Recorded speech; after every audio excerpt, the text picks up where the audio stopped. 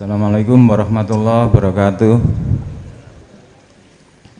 Mohon izin Gusan, saya ingin bertanya, aturan mainnya dalam kita bertajali itu yang benar bagaimana? Dalam bertajali yaitu menghilangkan keakuan diri kita kan? Dalam firman Allah, dalam ayat kursi itu kan, Bismillahirrahmanirrahim, Allahu la ilaha illa wal hayyul qayyum la ta'khudhuhu sinatu wa la naum lahu ma fis samawati wa ma fil ardh.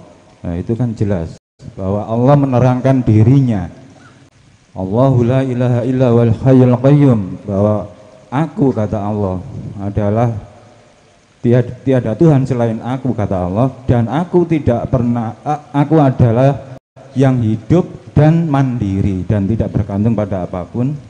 La ta'khudhu sinatu wala naum, dan tidak letih, lelah atau mengantuk atau tidur.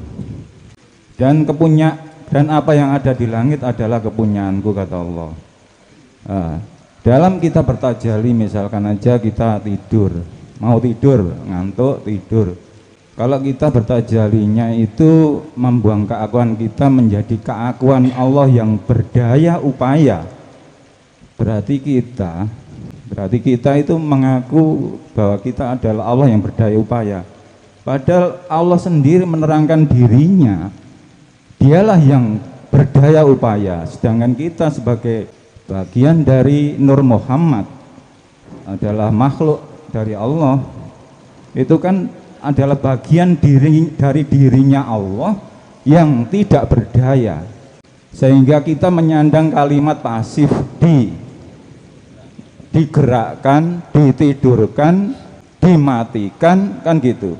Tapi Allah, dirinya Allah sendiri itu kan yang aktif, yang menyandang kata yang menyandang kata menidurkan, mematikan, menghidupkan, kan gitu. Nah, tajali saya selama ini tuh ya bingung. Saya ini menyandang yang aktif atau yang pasif dalam gerak tubuh saya, dalam pandangan saya, pendengaran saya. Saya berusaha untuk menghilangkan keakuan diri saya, tapi sebatas apa? Keakuan yang bagus, yang menurut aturan main kita sebagai Nur Muhammad, yaitu ciptaan Allah, bagian dari dirinya Allah yang lemah, yang ngantuk, yang ingin tidur, atau bergantung pada Allah yang mempunyai daya upaya. Itu Gus, saya ingin kejelasan tentang aturan mainnya tajali, syariatnya tajali itu bagaimana, peraturannya. Apa kita mengaku bahwa kita sebagai Allah yang berdaya upaya? Saya kira tidak. Tolong penjelasan yang jelas untuk diri saya, mungkin untuk rekan-rekan sekalian juga nanti bisa bermanfaat, agar kita bisa kembali kepada Allah dengan baik dan benar dan diridhoinya. Terima kasih Gosan, saya ucapkan wabillahi taufiq wal hidayah. Assalamualaikum warahmatullahi wabarakatuh. Waalaikumsalam warahmatullahi wabarakatuh. Fungsi daripada tahalli sesudah taholli itu adalah membersihkan, menafikan keakuan selain Allah. Lah gitu toh. Termasuk aran mulai Nur Muhammad, ruh atau Insanul Kamil itu harus dibersihkan. Cara membersihkan adalah hanya Anda lewat Sirul Asror di dalam Syu'arul Basyiroh sampai dumugi sampai Ainul Basiroh. Tatkala proses Syu'arul Basyiroh kok masih muncul kalimat-kalimat atau titel Nur Muhammad Roh Insanul Kamil, selama itu belum bisa dikatakan tajalli.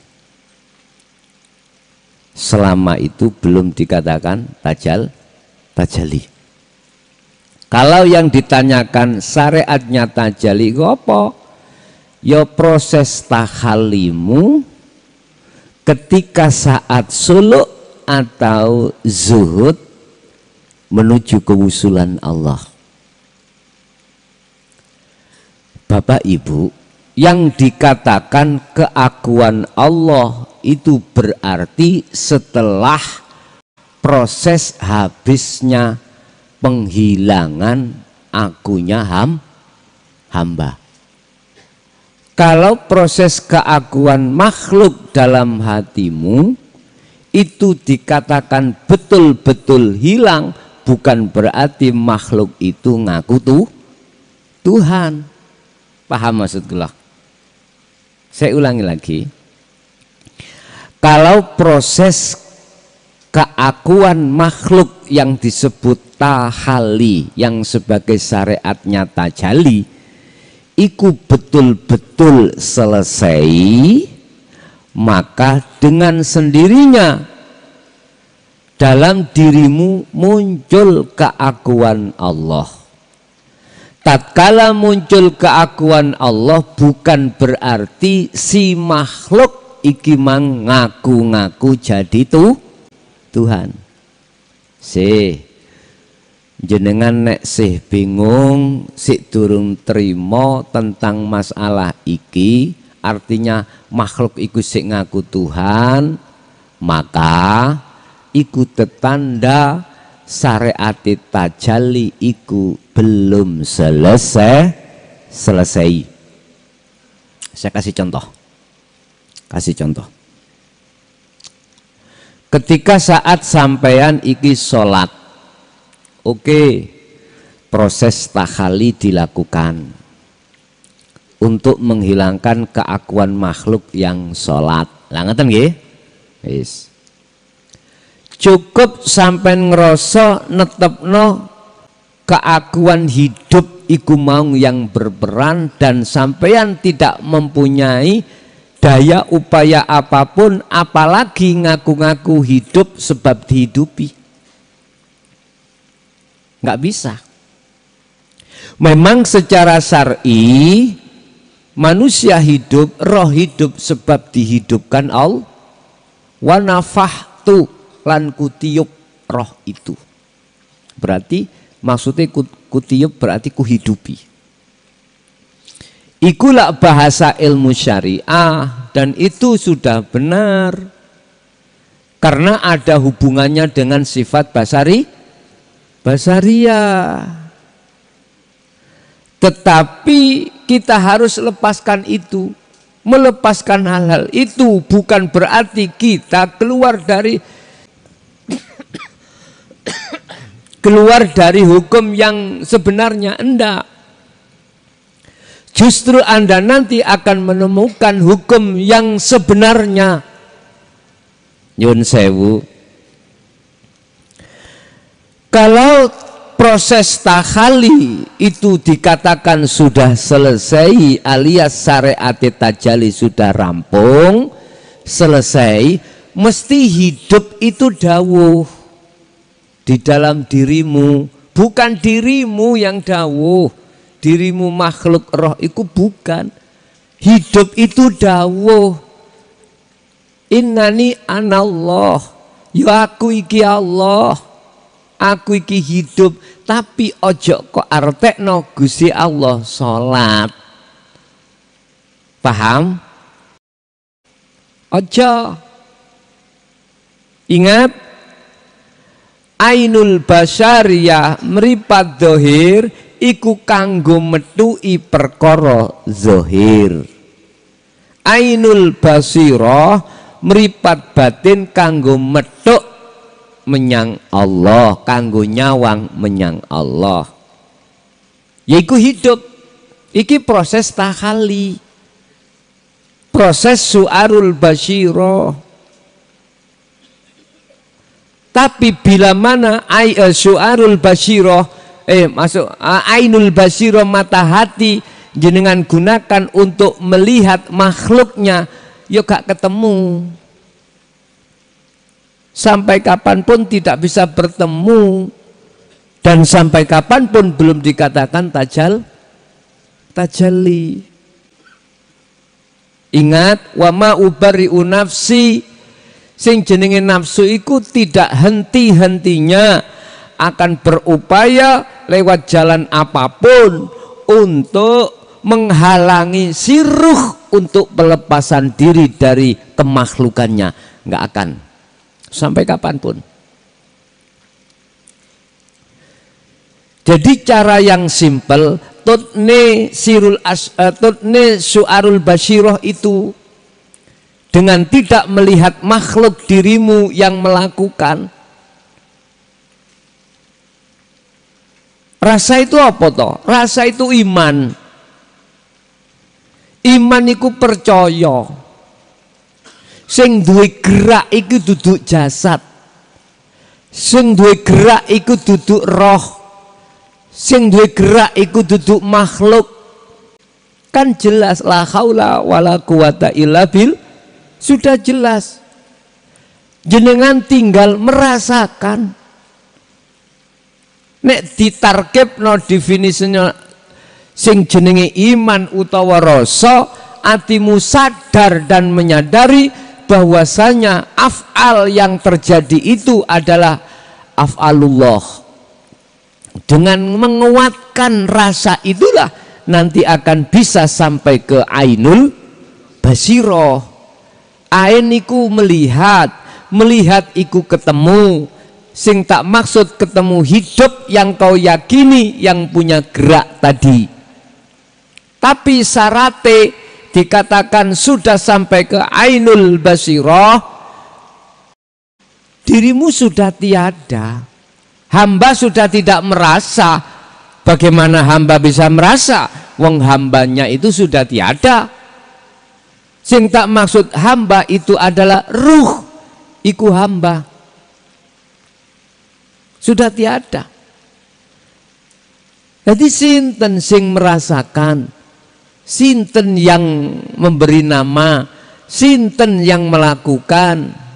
Akhirnya dijawab di dalam surat At-Thaha ketika saat Nabiullah Musa datang ke Turi Sina, sudah di lembah tua, di situ Allah dawuh, hidup itu innani anallah, berarti Musa ini sudah tidak ada. Diceritakan di situ Musa semaput, tegese semaput, fana, hilanglah Musanya. Kalau selama kita masih merasa kita yang bertajalli, berarti ikut tanda kita belum tajalli. Gitu Pak. Sederhana. Wis ikuti aja rasa dalam hatimu. Sing fungsinya rasa mengukuhkan yang hidup itu adalah Allah yang punya gerak, yang punya segala-galanya. Tapi ojo delok makhluke. Sampai nek sik ndelok makhluke, sampai uleg-uleg cukul, mboten saged. Akhirnya kita takut kejebak di dalam pengakuan sebagai Tuhan. Memang niku zona yang amat krusial. Zona di mana jenengan kali kula dihadapkan kemamangan dan lain sebagainya. Kalau ini sudah betul-betul miturut teori ilmu, ajaran, tuntunan dikatakan sudah tajalli, hambane kabeh kan ilang to Pak, wis ra eneng to. Berarti sing dawuh aku Allah iku duduk hamba, hidup pada dirimu yang Allah, yang Quran iku mang sampun genahno yen Allah iku ana jero ya ana njaba hidup iku. Waqala aidan min hablil warid, kuwi nek tanya Allah iku ning ndi? Di mana Allah itu? Dijawab min hablil warid, Allah itu lebih dekat daripada urat leher. Wis. Ya apa oleh kuwi goleki? Ya hidup itu dulur. Tinggal pertanyaannya, bagaimana kau bisa sampai di situ? Hanya satu jalannya, masih model lewat syukur, model lewat macem-macem iku bahasa syariate. Kalau tidak kau tuangkan sirul asrar, nggak akan bisa sampai ke tajalli, nggak iso. Saya tegaskan sekali lagi, yang terakhir, maksud tajalli itu bukan berarti makhluk itu ngaku-ngaku tuh Tuhan. Kita mengatakan dia ngaku-ngaku Tuhan, saya mengaku-ngaku Tuhan, karena di dalam diri saya masih muncul makhluk itu. Kalimat penegasan kalau Allah itu maha hidup, kalau kita mati, kalau Allah itu wujud, kalau kita itu fana. Dengan dasar itulah bagaimana caranya kita untuk bisa fana. Berarti rasa rumangsa ana iku kudu dipepes, harus dihilangkan hanya dengan satu cara, sirul asrar, proses itu meriku. Kalau tanya bagaimana kita tajalli yang dengan benar, yaitu tadi simple mawon, gak usah bahas masalah ono roh idofi, ono roh jisim, ono roh nabati dan lain sebagainya. Wes rangkulen dadi siji lebokno alan arruh dalam makhluk, beres wis. Tambah bingung sampean kok. Tambah bingung. Nek wis masuk dalam makhluk berarti gak ruh tok sing mlebu, malaikat mlebu, ya ta? Terus apa iblis jin ya mlebu, wit-witan mlebu, alam dunya kabeh iki mlebu dalam satu wadah namanya makhluk. Kita itu kadang-kadang terobsesi dengan kebiarin dunya. Contoh, ana kucing kerah, ya ta? Mengapa kita tidak bisa melihat hidup di situ? Karena kita terobsesi dengan wujudiku kucing. Ingat, teori mengatakan ainul basariyah meripat dohir kanggo ndelok makhluk dohire, meripat batin kanggo ndelok batine, maksudku hidup. Tapi bukan berarti kalau sudah melihat Allah yang menguasai kucing kerah, ojo didelok oh Gusti Allah kerah, ojo. Senes Gusti Allah menguasai dalam kekerahan mang.